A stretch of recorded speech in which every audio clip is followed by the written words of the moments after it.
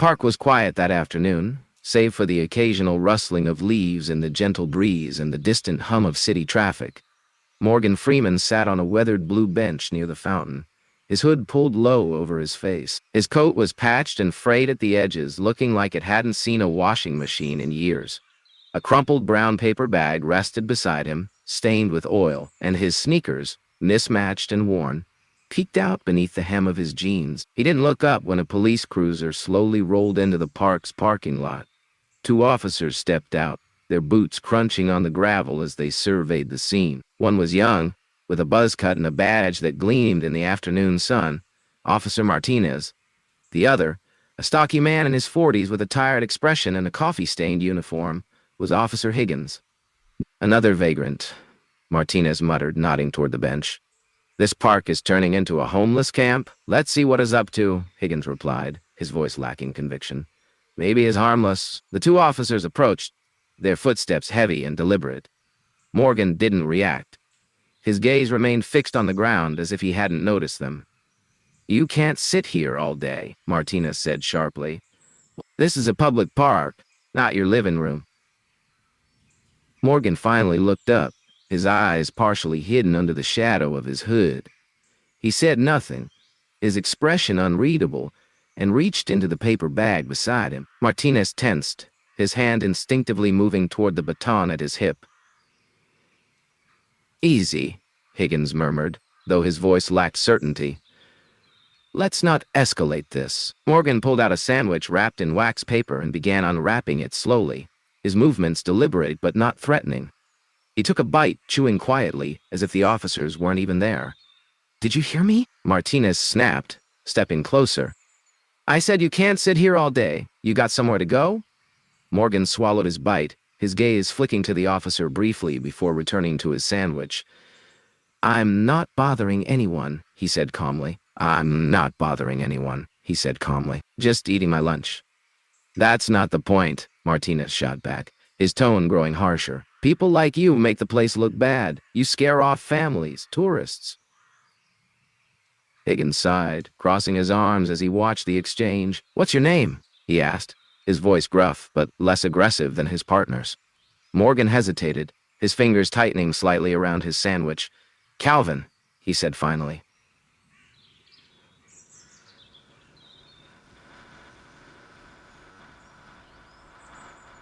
"Calvin Brown."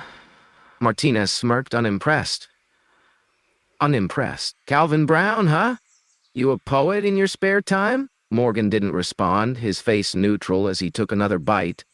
His silence seemed to irritate Martinez further. The officer stepped closer, looming over the seated figure. "Let me see some ID," he demanded. Morgan set his sandwich down carefully and reached into his coat pocket. He pulled out a worn leather wallet and handed it to Martinez, who flipped it open with a practiced motion. The ID looked legitimate, though it bore little resemblance to the disheveled man in front of him. Martinez frowned, scrutinizing the ID before handing it back. "What are you doing here, Brown?" he asked. "Why aren't you at a shelter or something?" "I like the fresh air," Morgan replied simply. "That a crime?" Higgins shifted uncomfortably, glancing at his partner. "He's not doing anything illegal," he said quietly. "We can't just kick him out. We can't just kick him out." "Maybe not," Martinez muttered, his eyes narrowing. "But we can make it uncomfortable for him." Morgan's jaw tightened slightly, but he didn't respond. Instead, he picked up his sandwich again, taking another slow, deliberate bite. The tension crackled in the air, drawing the attention of a few passers-by who slowed their steps. Curiosity piqued. "Hey," a woman walking her dog called out hesitantly. "Is that hurting anyone?" Martinez turned toward her, his face hardening. "Mom, this is none of your concern. This is a public park," she shot back. "He has as much right to be here as anyone else." Higgins raised a placating hand. "Mom, we're just doing our job." "Please move along." The woman hesitated, her grip tightening on her dog's leash as she glanced between Morgan and the officers. Finally, she shook her head and continued walking, muttering something under her breath. Morgan watched her go, a flicker of something, amusement, annoyance, passing across his face. He set his sandwich down again, brushing crumbs from his lap. "Am I free to go?" he asked, his tone calm but edged. "You're not under arrest," Higgins said, though his partner shot him a warning glance. "But you might want to find somewhere else to sit." Morgan nodded slowly, his gaze lingering on Martinez for a moment longer than necessary. Then he stood, picking up his paper bag and tucking it under his arm. He was tall, taller than either officer had realized. As he adjusted the hood of his coat, a lock of dark hair fell across his forehead. "Have a nice day," he said, his voice low but pointed. Martinez watched him go, his expression darkening. "You see the way he looked at me?" he muttered to his partner. "Guy thinks he's better than us." "Let it go," Higgins replied wearily. "He's not worth the paperwork." As Morgan walked away, his step slow and measured, the tension in the park began to ease. But something lingered in the air, an unspoken challenge, a spark of defiance that hadn't been extinguished. Martinez stared after him, his jaw tightening. "I don't trust him," he said finally. "There's something off about him." "You don't have to trust him," his partner replied. "You just have to leave him alone." Morgan disappeared down the path, the paper bag still tucked under his arm. But as he rounded the corner, his lips curved into a faint, knowing smile. Morgan Freeman sat on the weathered park bench, his hands resting lightly on his lap, eyes half closed as he listened to the distant hum of the city. The crisp autumn air carried the scent of damp earth and fading leaves. He had been enjoying the solitude, letting the world move around him until it wasn't solitude anymore. The first interruption came in the form of two joggers, their sneakers crunching against the gravel path. As they neared, their conversation slowed, their eyes flickering toward the old man on the bench. One of them, a middle-aged man with a sleek fitness tracker strapped to his wrist, nudged his companion. He muttered just loud enough for Morgan to hear. "He looks off." The woman beside him glanced at Morgan, her expression tightening into discomfort. They didn't stop, but their steps quickened as they moved past him, their voices dropping into hushed tones. Morgan didn't react. He just tilted his head toward the sky, watching the clouds drift. Not long after, another group approached, teenagers on bikes, their laughter bouncing off the trees as they weaved through the path like they owned it. One of them spotted Morgan and grinned. "Yo, check this out," he said, motioning to his friends. "You homeless or something, old man?" Morgan remained still, his expression unreadable, watching them with the kind of patience that made people uncomfortable. The teenager, encouraged by the lack of response, leaned in. "What happened? Lose your house playing Fortnite?" The group erupted in laughter. One of them pulled out a phone, aiming it like a camera. "Say something for the internet, man. Give us your life story." Morgan finally spoke, his voice deep and steady. "You should get going. This isn't the place for games." Something about his tone made the laughter fade. The boy hesitated, suddenly less sure of himself. His friends exchanged glances, the air shifting from amusement to unease. Before they could decide whether to stay or go, the sound of a police cruiser pulling up shattered the moment. The teenagers scattered, their bikes kicking up dust as they bolted down the path. Officer Martinez stepped out first, his sharp eyes locking onto Morgan. "You again," he said, striding toward the bench. "Couldn't find another park to loiter in?" Morgan didn't move. His posture remained relaxed, his gaze steady. "Is sitting on a bench a crime now?" Martinez's jaw tightened. "You've got a smart mouth." "Good thing I'm not here to make friends." Officer Higgins, his older and more level-headed partner, sighed as he walked up. "What's going on here?" he asked. "Why are we back?" "I don't trust him," Martinez muttered. "He's up to something." Higgins rubbed his temple. "He's sitting on a bench." Martinez wasn't convinced. He took a step closer, his hand resting on the baton at his hip. "What's in the bag?" Morgan tilted his head slightly. "Lunch, prove it." With a raised eyebrow, Morgan picked up the paper bag and held it out. Martinez peered inside, frowning as he found nothing but a sandwich, an apple, and a bottle of water. "You carrying something else?" Martinez pressed. "Something you don't want us to find?" Morgan set the bag down with calm, deliberate movements. "I've got nothing to hide," he said. "But if you're looking for trouble, you won't find it with me." Higgins sighed, shaking his head. "Let him go. We've got better things to do." Martinez hesitated.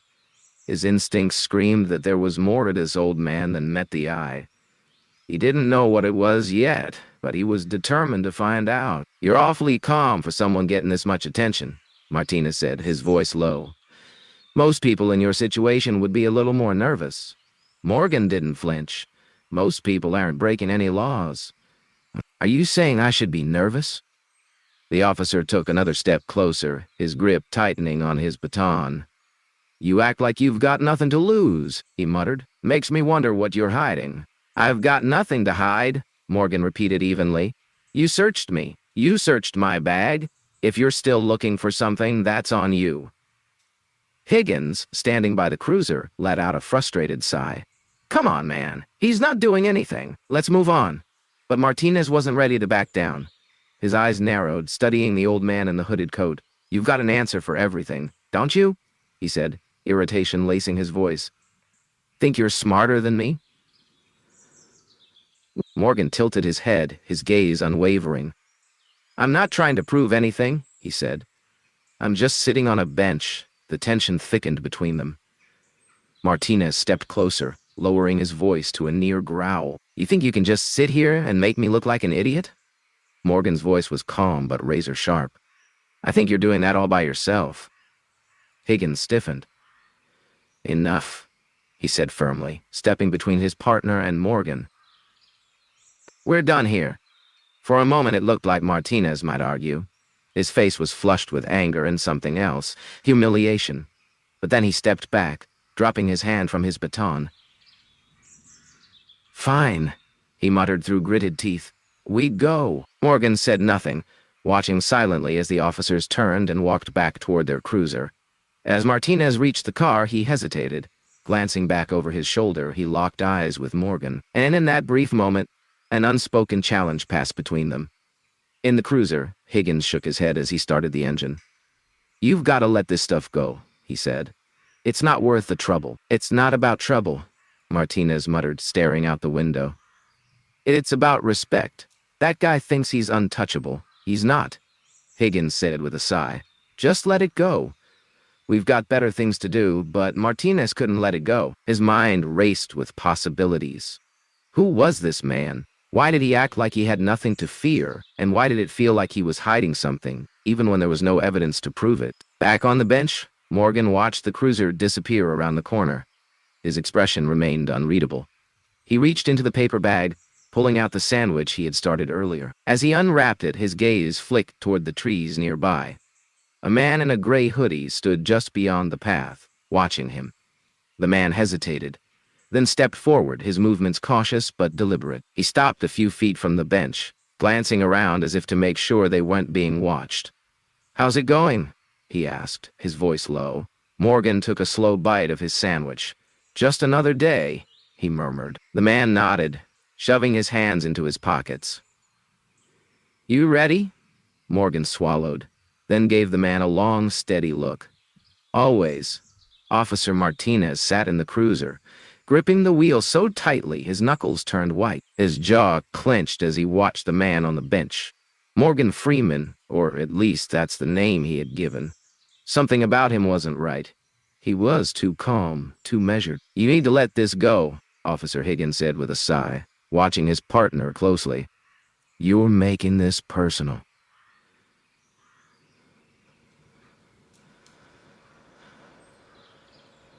Martinez shook his head.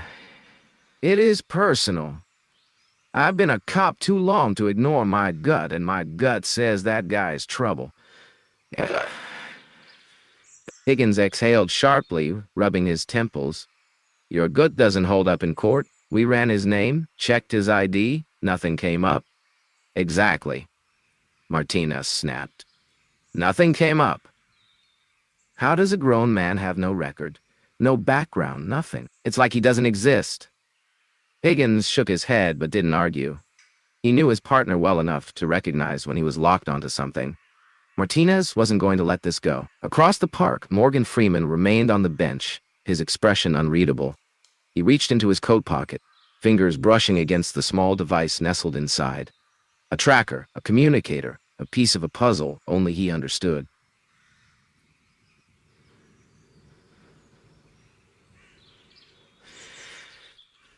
A piece of a puzzle only he understood. From the corner of his eye, he saw movement. A man in a gray hoodie emerging from the trees again, cautious but deliberate. They came back quicker than expected, the man murmured, standing a few feet away. Morgan gave a slow, knowing smile. Curiosity always gets the best of them. The man hesitated. You sure this is the right way to do it? Morgan's gaze flicked toward the police cruiser, then back to his companion. I need to see how far they'll go. If they push too hard, they'll reveal more than they realize. The man in the hoodie shifted uneasily. And if they catch on, they won't, Morgan said with quiet certainty.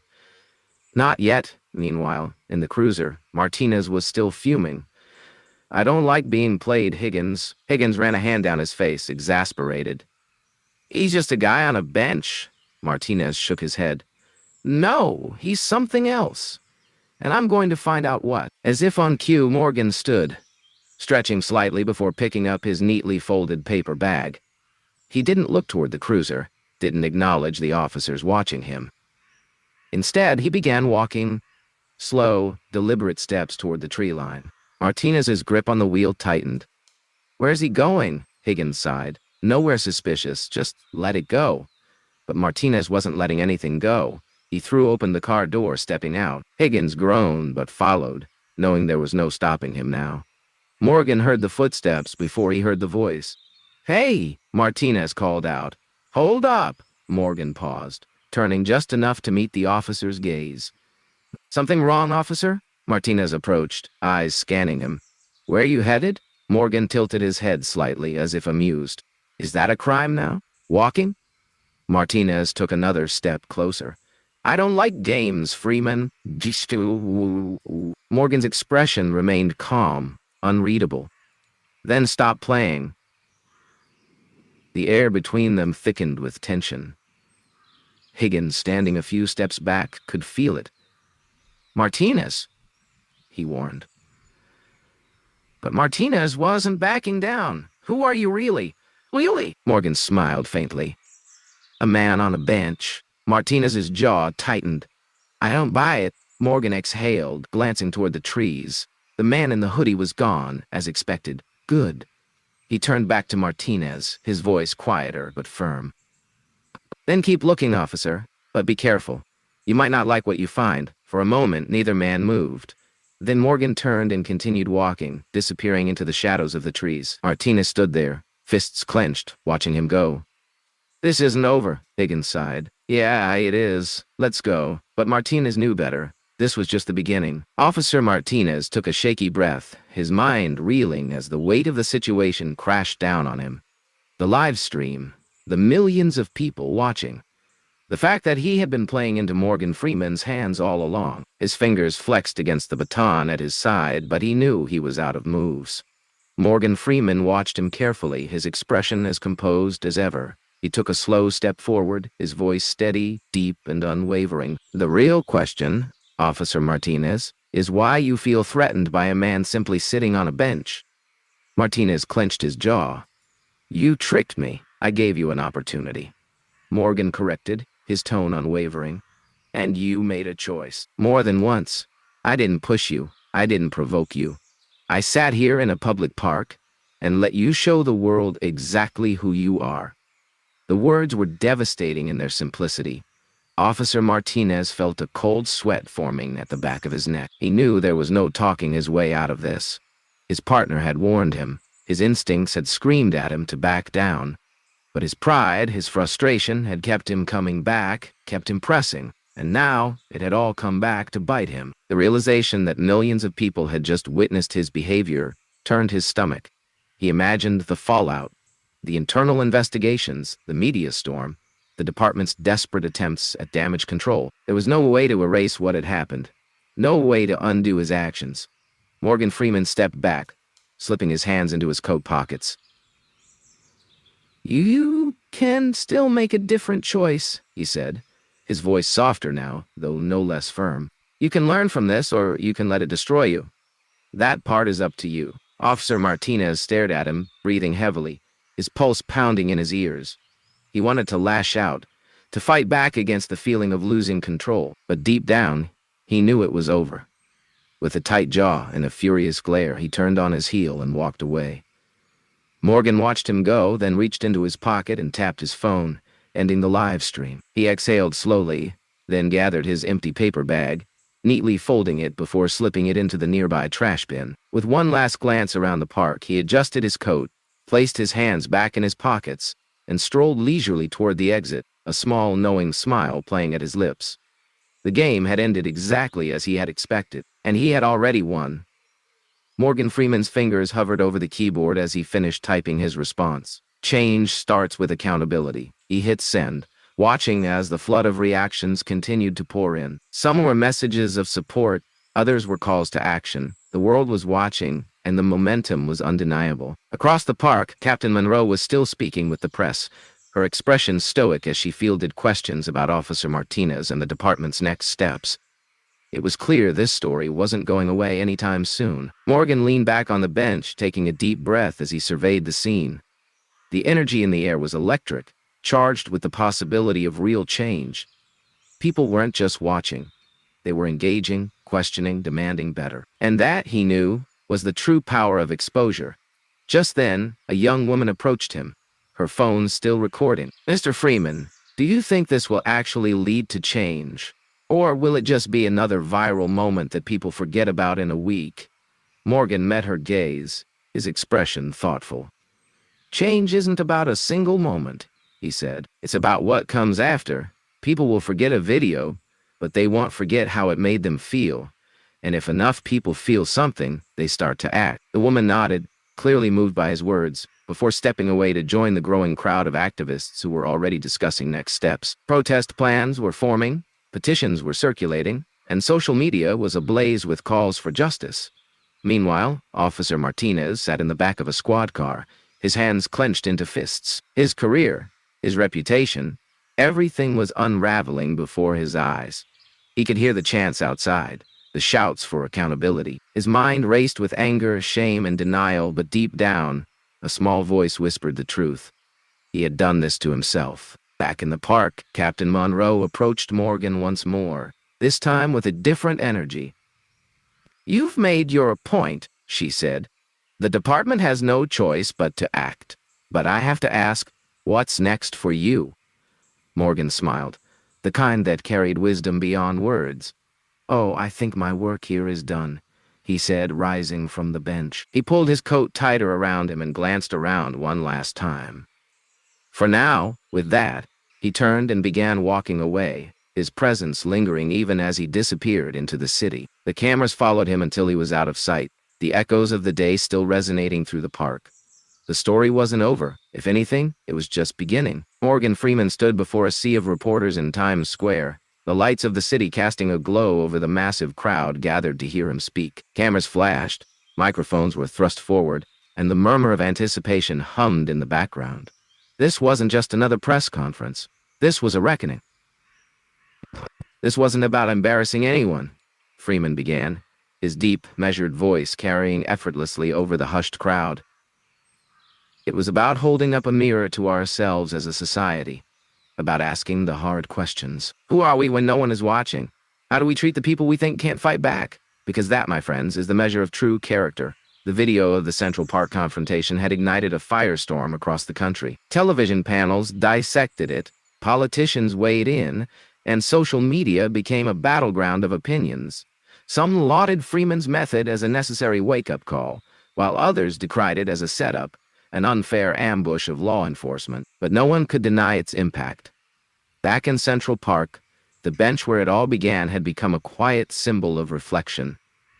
People visited daily, some leaving flowers, others simply sitting in silence. Messages scribbled on scraps of paper were tucked under the bench, notes of solidarity and shared pain. "Your story matters. Don't let anyone tell you otherwise." The simple phrase, penned by Freeman himself, had resonated deeply. It was no longer just a note on a bench. It was a movement. The hashtag #YourStoryMatters trended for weeks, uniting people who had faced discrimination, injustice, and power imbalances. Stories poured in, accounts of police misconduct, corporate greed, and personal battles against an unfair system. The conversation had transcended one man's actions. It had become a rallying cry for change. Meanwhile, Officer Martinez's life had unraveled. The department's internal investigation moved swiftly, fueled by public outrage. His actions that day were deemed a gross abuse of power, and within a week, he was formally dismissed from the force. Lawsuits loomed, his name tarnished beyond repair.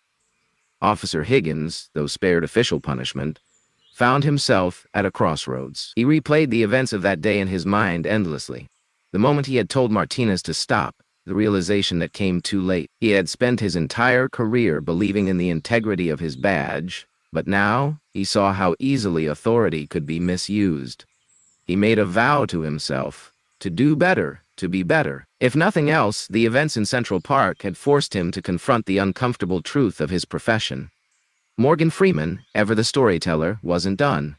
He announced the launch of a new initiative, the Freeman Project, a nationwide program dedicated to holding institutions accountable, providing legal aid to those wronged by authority, and fostering conversations between law enforcement and the communities they serve. His goal wasn't to villainize officers. It was to create a world where accountability wasn't seen as an attack, but as a necessity. At another press event, a reporter asked, "Mr. Freeman, do you think what you did was ethical? Some say you deceived those officers." Freeman smiled, his voice calm and unwavering. "Deception is when you make someone believe a lie. I simply gave them an opportunity to show the truth. And the truth, my friend, always finds its way to the light." The crowd erupted into applause. In the weeks that followed, cities across the country held forums inspired by the Freeman Project. People from all walks of life, officers, activists, politicians, everyday citizens, sat at the same table, discussing real reform. Small changes began to take root. New training protocols, more transparency in misconduct cases, and the introduction of body cameras in precincts that had previously resisted them. It wasn't everything, but it was a start. And it had all begun with a man on a park bench. One evening, months after the incident, Freeman returned to Central Park. He walked alone, his hands tucked into the pockets of his coat, the night air crisp against his skin. He found the bench, the same bench where it all started, and sat down. The city bustled around him, unaware of the quiet moment he was stealing for himself. A young woman approached, hesitating slightly before speaking. "Excuse me, Mr. Freeman? Mr. Freeman?" He looked up, his eyes warm and inviting. "Yes?" She held up her phone, showing him a picture of the note he had left. "I just wanted to say, this meant something to me. It reminded me that I have a voice, that I matter." Morgan Freeman nodded, a small smile touching his lips. "You do," he said simply. "Never forget that?" As she walked away, he leaned back against the bench, looking up at the stars peeking through the city haze. The work was far from over, but the conversation had begun. And sometimes, a conversation was all it took to change the world. The night carried on, but the message remained, etched in a city's consciousness, whispered through the streets, and written under a simple wooden bench in the heart of Central Park. Your story matters. Don't let anyone tell you otherwise.